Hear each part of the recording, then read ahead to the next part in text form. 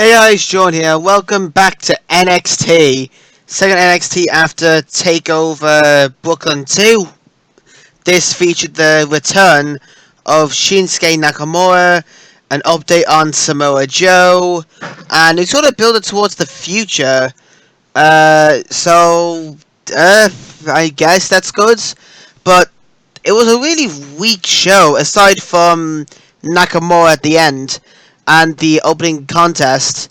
But without further ado, let's get into the opening segment, which is a backstage promo.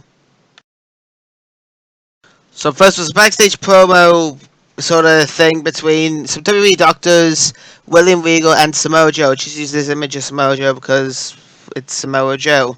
Why not?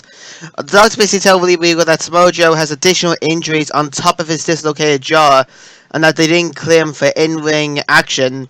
Joe then got up and walked away, extremely furious. As you can see, he is from this picture. I've never actually seen Joe be happy. But I kind of feel bad for Joe. I wanted him to go to the main roster along with Bayley to give SmackDown a bit of an oomph as well. Don't get me wrong, I like his feud with Nakamura and Regal, and I like him staying down in NXT, but I would have preferred him to go to the main roster. Maybe after the next takeover he'll go up. As let's get into the first matchup of the night.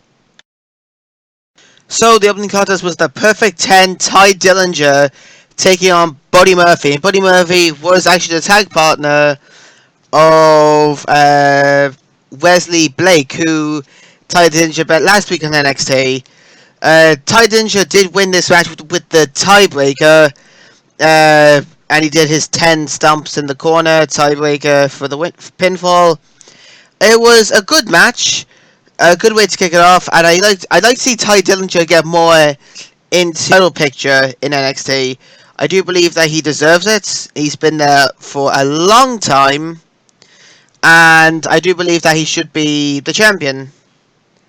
Well, not be the champion, but I think they should have a secondary title in NXT for the lower mid carders to go after. Like, I'd say he'd be perfect for something like that, and have like people like No Way Jose and Dade Cien Almas, people like that chasing after, and have like Aries, Joe, Rude, Itami, and Nakamura go after the NXT championship. I'd like to see that in NXT. That's why I do it in my crib out on my universe on my main channel. I think of the Cruiserweight title on NXT. And I'd like to see some other people get some opportunities in NXT, such as like Ember Moon. I want it to be the next competition for Asuka, since I do think the women's seed in NXT is starting to get a little bit thinned out, especially now that officially all 4 horsewomen are on the main roster, 3 of them on Raw, and Becky, the standalone, on SmackDown. But it was a good contest between the Perfect 10 and Buddy Murphy. He's now 2-0 against Blake and Murphy. All needs to beat Alexa Bliss, and he's got the 3, even though that probably will never happen in WWE ever again. But let's move on to the next match. It's all like, I don't know how to describe this. It's all like a jobber sort of match, but that's the next contest. But beforehand, we have a backstage segment with Tommaso Ciampa. So yeah, as you can see here, this is not a good time to be a Ciampa.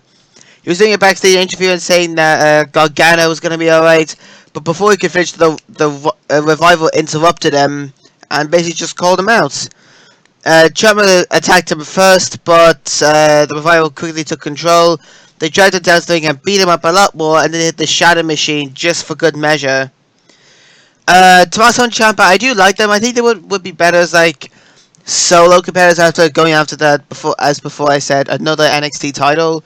Maybe I think maybe the light heavyweight title or the television title. I saw a couple of designs there on 2K16. I think they look pretty cool for it. Yeah, I would like to see that, to be honest, but I don't know, it's probably not going to happen, and if it does, it'll probably be the same as the NXT title, and I don't want NXT to start getting lazy, the same as well on SmackDown. But I do like Gargano and Ciampa. I would like to see, you know, maybe Gargano and Ciampa take the titles off the Revival, and then they go to main roster, then it's a 3-way between Gargano and Ciampa, TM61, and the Authors of Pain. I do believe the Authors of Pain should, of course, be tag champions in NXT. So, yeah, that was a mad little segment. But up next is an even madder segment. Two pretty much jobbers or newbies going against each other. This is going to be interesting. Alright, let's get into this absolute correct. If you didn't know these guys beforehand, neither did I. I don't think anyone else did. Steve Coulter versus Kenneth Crawford. I see Coulter is the... I'm not to be racist, but like, Coulter's the white guy, Crawford's the black guy. Good, good. Coulter did get the win with a Fisherman Michinoku driver. It wasn't really the best of matches, but you could sort of expect it off two new guys. Yeah, it was really the best match. I don't know if there's anything more you can say. It was very basic. Besides the Michinoku driver, that's probably the only one there. I don't know. But let's get on to another backstage segment. Let's just move swiftly on. And this one is with Hideo Itami. Well, again, before I start this, I just did a random photo of Itami.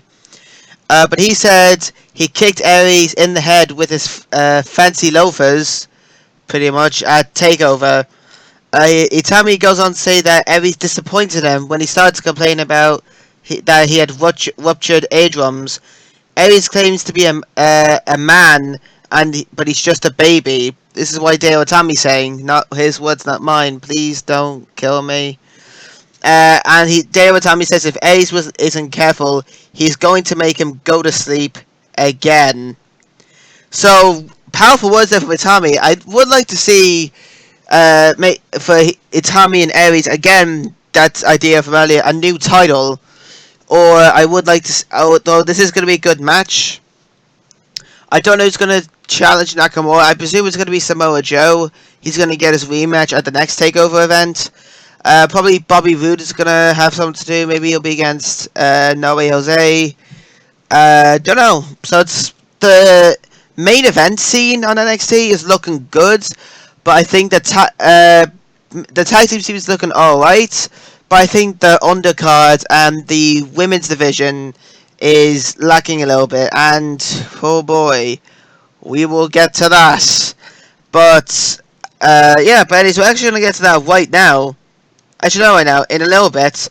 And that's No Way Jose versus Angelo Dawkins. So, let's get into that match.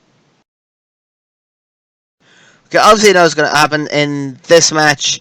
No Way Jose versus Angelo Dawkins. It was a pretty short match, to be fair. No Way Jose wasn't really in control for a lot of the match. But it was good. It was really good from him. And, yeah. Of course, he won with the Cobra Clutch Slam. And I'm going to include this one here since it's, again, sort of about that. Andrade Cien Almas says he isn't happy about his loss at TakeOver. And Aries interrupts him and says he isn't happy because every time he's about to have a moment, someone steals his thunder. Then Almas tells Aries that he isn't No Way Jose, and he wants Aries in the ring next week. So looks like we're going to have No Way Jose versus... Aries versus Almas. And Aries says that he couldn't hear him because he has a bad ear and walks away. So he seems to be playing up this thing where he's pretty helpless. But it looks like we are going to do that. So that's going to be cool. I can't wait to see that match. First of all, it was an alright match, as I said. No Way Jose looked pretty good in this. Angelo Dawkins did look decent as well. Yeah, good match overall. Good backstage promo, building up Almas, Aries. I'd say Hideo Itami's going to get involved in that. So if it's a bit too rushed or I'm tripping over words or doing that, like I'm not speaking for a long time and trying to think of something. It's mainly because I'm really tired. I'm not even messing. I'm really tired after school this week. We started off again, by the way. But let's get into the next match, which is Liv Morgan versus Aaliyah. So as I just said, up next is Liv Morgan versus Aaliyah. this wasn't really a good match. I do like Liv Morgan, but just I don't know. It wasn't really that good. Uh, it did go on for a little bit, and this I think was the main event of the show in terms of like fighting. We'll get to the actual main event in a little bit, but Liv Morgan did get the win with a spin kick. Not really the best move, to be fair, but yeah, what can you say? I'm also going to say that the next little bit as well. It's Noe Jose in an interview, and he's saying that his momentum skipped a beat at Takeover, but he's on the right track. And then Bobby Roode walks in. This is getting interesting, and looks Jose up and down and says, "Nice head," and walks away. So they seem to be building up Almas and Aries and No Way Jose and Bobby Roode, which is strange because it was mixed up the other time when we were heading into Takeover, which is pretty weird. Mainly because this Roode and Aries were a tag team in TNA, so they could form again. I don't know. But anyways, enough of that. Good backstage promos, to be fair, to do that. But let's move on to the main event. The man everyone's talking about, the new NXT champion, Shinsuke Nakamura. So in comes the new NXT champion, Shinsuke Nakamura. And of course, everyone is going crazy for him. The chants are like, "You deserve it," and stuff like that. And of course, he did have his awesome entrance in, as he usually does. And let's move on with his promo. He says that he's accomplished everything that he could, and when he's in Japan, he wants to face the best competition in the world, and the only place left to go for him was NXT. He wanted to challenge himself to see how good he was. He faced the best NXT leading up to his match with Samoa Joe.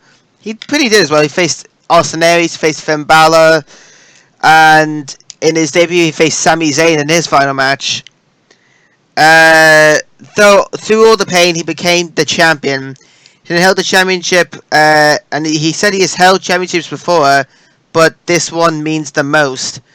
And says, of course, Joe's reign is over, and the king of strong style has ushered in the era of strong style.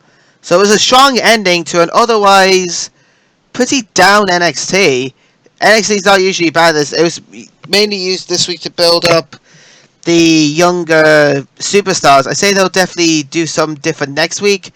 But yeah, pretty disappointing NXT, I have to say. But that's it for this video. Final WWE event for August. We now can move into September. Thank God. Apology for this lack of quality in this video. I'm extremely tired. But leave a like if you guys enjoyed. Subscribe if you're new. And I'll see you later. Take care.